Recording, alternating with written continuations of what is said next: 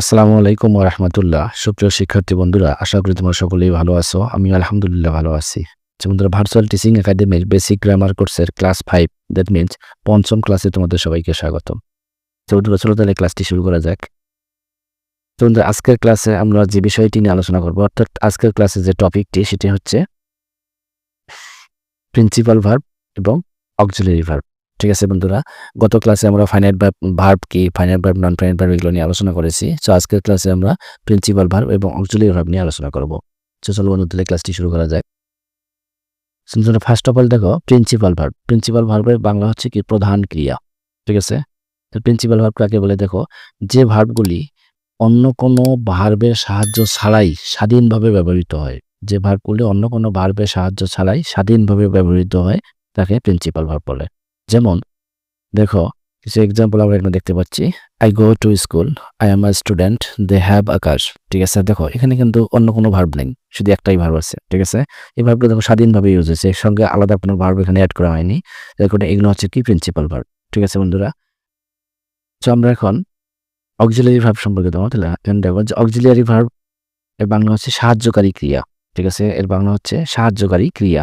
তো দেখো, যেসব ভার্ব বাক্যের প্রিন্সিপাল ভার্বকে টেন্স, মোড এবং ভয়েসের অর্থকে স্পষ্ট করে প্রকাশ করতে সহায়তা করে, যে ভার্বগুলো প্রিন্সিপাল ভার্বকে টেন্স বা টেন্স গঠনে সাহায্য করে, বিভিন্ন প্রকার টেন্স গঠনে সাহায্য করে, মোড, ঠিক আছে, মোড গঠনে সাহায্য করে, ভয়েস মানে ভয়েসে সাহায্য করে। এই ভার্বগুলোই হচ্ছে কি, মানে এগুলোর অর্থকে স্পষ্ট করতে সাহায্য করে। ঠিক আছে, তাই এদেরকে কি বলা হয়, অক্সিলারি ভার্ব। তাহলে অক্সিলারি শব্দের অর্থ হচ্ছে সাহায্যকারী, ভার্ব হচ্ছে ক্রিয়া। তাহলে যে ভার্বগুলো কি করে, প্রিন্সিপাল ভার্বকে টেন্স, মোড এবং ভয়েস গঠনে বা ভয়েসের অর্থকে স্পষ্ট করতে সহায়তা করে, সেই ভার্বগুলোই হচ্ছে অক্সিলারি ভার্ব। তো আমরা কিছু এক্সাম্পল দেখবো অক্সিলারি ভার্বের। তো দেখো, আমরা কিছু এখানে এক্সাম্পল দেখতে পাচ্ছি। ঠিক আছে, do, does, did, am, is, are, was, were, been, being, have, has, had, shall, will. ঠিক আছে, এগুলো সবগুলো হচ্ছে কি, এগুলো অক্সিলারি ভার্ব হিসেবে ইউজ হয়। ঠিক আছে, যেমন I M a student, I am writing a letter, আমি একটু সিডি লিখতেছি। সো এখানে মেইন ভার্ব বা প্রিন্সিপাল ভার্ব হচ্ছে রাইটিং। এই ভার্বকে কি, তার অর্থটা ক্লিয়ার করতে এই অ্যাম ভার্বটি সাহায্য করছে, যার কারণে এখানে অ্যাম হচ্ছে অক্সিলারি ভার্ব। তারপর দেখো, they do not like me, এখানে প্রিন্সিপাল ভার্ব হচ্ছে লাইক, বাট এখানে ডু হচ্ছে কি, অক্সিলারি ভার্ব। দেখো, এই ডু ভার্বটা কি করছে, এই সেন্টেন্সটার অর্থ ক্লিয়ার করার জন্য এই লাইক ভার্বকে সাহায্য করছে। ঠিক একইভাবে তারপরে আইস ইজ ইটেন বাই সুমন।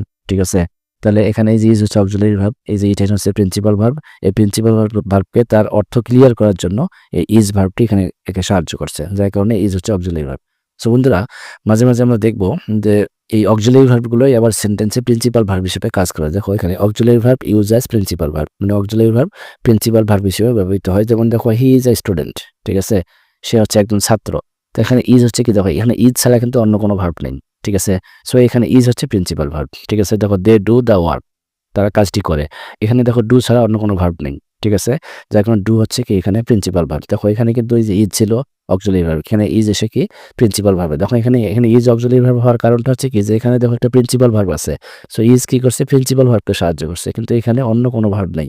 ঠিক আছে, যদি এর পাশে অন্য কোনো ভার্ব থাকতো তাহলে সেটা কি হয়তো বা তোমার ইজটা তখন অক্সিলারি ভার্ব হতো। তারপর দেখো, ডু একইভাবে দেখো এখানে অক্সিলারি ভার্ব, কিন্তু এখানে প্রিন্সিপাল ভার্ব, কারণ এখানে এই অক্সিলারি ভার্ব লাইক ভার্বকে সাহায্য করছে, কিন্তু এখানে ডু অন্য কোনো ভার্ব নাই যাকে সাহায্য করবে। ঠিক একইভাবে দেখো, আই হ্যাভ আ বাইক, আমার একটা বাইক আছে, এখানে হ্যাভ হচ্ছে কি প্রিন্সিপাল ভার্ব। তাহলে আমরা কি বুঝলাম, যে অক্সিলারি ভার্বও মাঝে মাঝে কি প্রিন্সিপাল ভার্ব হিসেবে ইউজ হয়। ঠিক আছে বন্ধুরা, তো বন্ধুরা আজ এ পর্যন্তই। পরবর্তী ক্লাসে আমরা নন ফাইনাইট ভার্বের যে ক্লাসিফিকেশনগুলো আছে, অর্থাৎ জিরান, পার্টিসিপল, ইনফিনিটিভ, এগুলো নিয়ে আলোচনা করব। সে পর্যন্ত যেন আল্লাহ তোমাদের সবাইকে ভালো রাখে। আল্লাহ হাফেজ।